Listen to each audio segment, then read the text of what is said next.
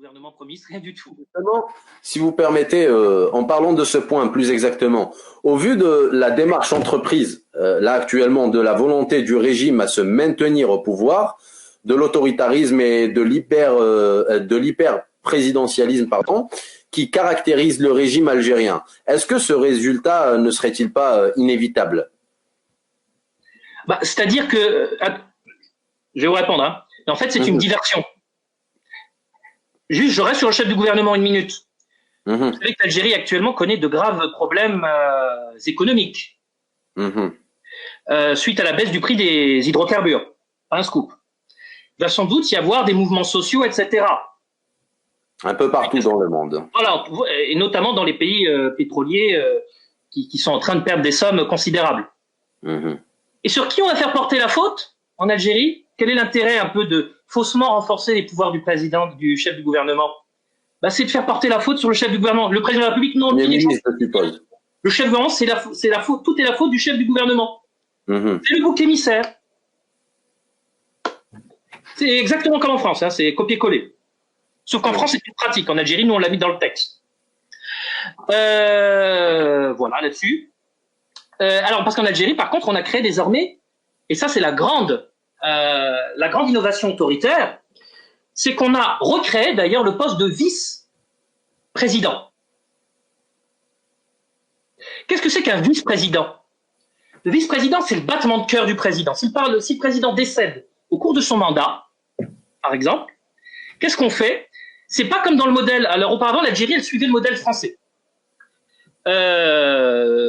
C'est-à-dire, en cas de décès du chef de l'État, il y a un chef de l'État par intérim, provisoire. Quelques dizaines de jours.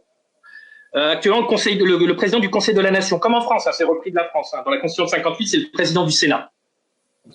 Et là, désormais, on a repris le système américain. Mais vous allez voir qu'on a repris juste une petite partie, qu'on n'a pas repris le reste. Vous allez comprendre pourquoi. Dans le régime américain, quand le président décède avant la fin de son mandat, quand il démissionne, quand il fait l'objet d'une procédure d'impeachment, etc., il est remplacé ensuite par son vice-président. D'accord? Et le vice-président, il termine le mandat du président antérieur. C'est-à-dire qu'il n'y a pas le délai de 90 jours, tout ça. Il termine, s'il reste encore un an, il termine les 1 an. Vous voyez?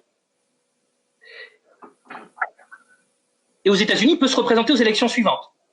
C'est comme ça que sont devenus présidents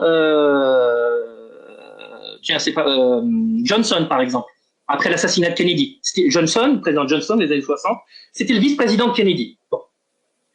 Alors, nuance avec le modèle américain, c'est qu'aux États-Unis, le vice-président, il est élu en même temps que le président de la République. Le président américain. On n'appelle pas ça président de la République, président américain. Il est élu. En Algérie, il est nommé par le président de la République, qui peut le nommer. C'est-à-dire qu'au courant de son mandat, il peut décider qu'il va nommer un illustre inconnu, hein, qui n'est pas du tout passé par la voie électorale, il peut le nommer vice-président. Et s'il s'en va, le président de la République algérien, eh bien, c'est lui qui devient président de la République. Et quelle est l'idée autoritariste de cette révision? C'est que désormais, avec la révision constitutionnelle, on a encore plus clairement limité les mandats présidentiels à 2. Ce qui avait déjà été réintroduit en 2016, hein. Qui avait été introduit en 96, supprimé en 2008, réintroduit en 2016, mais en 2016, on avait considéré que c'était pas rétroactif. Donc, le président antérieur aurait fait son premier mandat en 2019, sous l'empire de la révision constitutionnelle de 2016. Vous avez compris? C'était pas rétroactif. Donc, voilà. Le président antérieur aurait pu refaire 2 mandats, parce que c'était 2 nouveaux mandats sous l'empire de la révision constitutionnelle. Bref, bon, je passe. Mais donc, maintenant, on a strictement limité les mandats présidentiels à 2, donc 10 ans. Eh bien, pour compenser, on a un vice-président qui va être la continuité du président antérieur et qui pourra lui-même se maintenir jusqu'à une dizaine d'années. Vous comprenez ce que je veux dire? Oui, c'est-à-dire que le président actuel, on peut lui choisir, théoriquement c'est lui qui choisit, hein, il peut se choisir un successeur. Au cas où il aurait un problème et qu'il ne pourrait pas terminer son mandat, il aurait un successeur non élu, nommé par lui, qui serait président de la République. Ce qui permet au régime... Donc là, vous êtes dans l'hyper-présidentialisme. L'hyper-présidentialisme, parce qu'attention, on reprend juste un petit quelque chose de la Constitution américaine, mais on prend pas du tout le reste, hein, parce que dans la Constitution américaine, le vice-président, il est élu, je répète, il n'est pas nommé. Et dans la Constitution américaine, je rappelle, le président américain, il est responsable pénalement devant le Congrès, par l'impeachment. Le président américain, il n'a pas l'initiative de la révision de la Constitution, le président américain. Qui a l'initiative de la révision de la Constitution aux États-Unis? C'est le Congrès, les législateurs des États, le Parlement. Le président américain, il ne peut pas décider de référendum. Le président américain, toutes les nominations qu'il fait, elles sont contrôlées par le Sénat, qui peut s'opposer aux nominations du président américain, comme les nominations à la Cour suprême. Si vous allez sur YouTube, vous allez voir, hein, vous allez voir, c'est public, hein, des séances au Sénat américain où les sénateurs entendent, par exemple, les juges à la Cour suprême que le président américain veut nommer, ils les questionnent, etc. Et après, ils disent oui ou non. Il peut être juge ou il peut pas être juge. On contrôle. Rien de ça en Algérie. Hein. Aux États-Unis, dans la Constitution américaine, c'est la Chambre des représentants qui est seule à l'initiative du budget, pas le gouvernement. D'accord, etc. Et, en fait, le président Wilson aux États-Unis qualifie le régime dit présidentiel, qui n'est pas présidentiel, de congressionnel. Pas tellement le Congrès, il y avait un poids important. Et en fait, pourquoi on appelle ça régime présidentiel? Régime présidentiel qui n'est pas zaïmisme, un présidentialisme. Hein. On appelle ça régime présidentiel. Régime présidentiel et régime parlementaire sont deux régimes qui s'inscrivent dans la séparation des pouvoirs. L'un qui qualifie abusivement le régime présidentiel de séparation stricte des pouvoirs, l'autre de séparation souple, le régime parlementaire.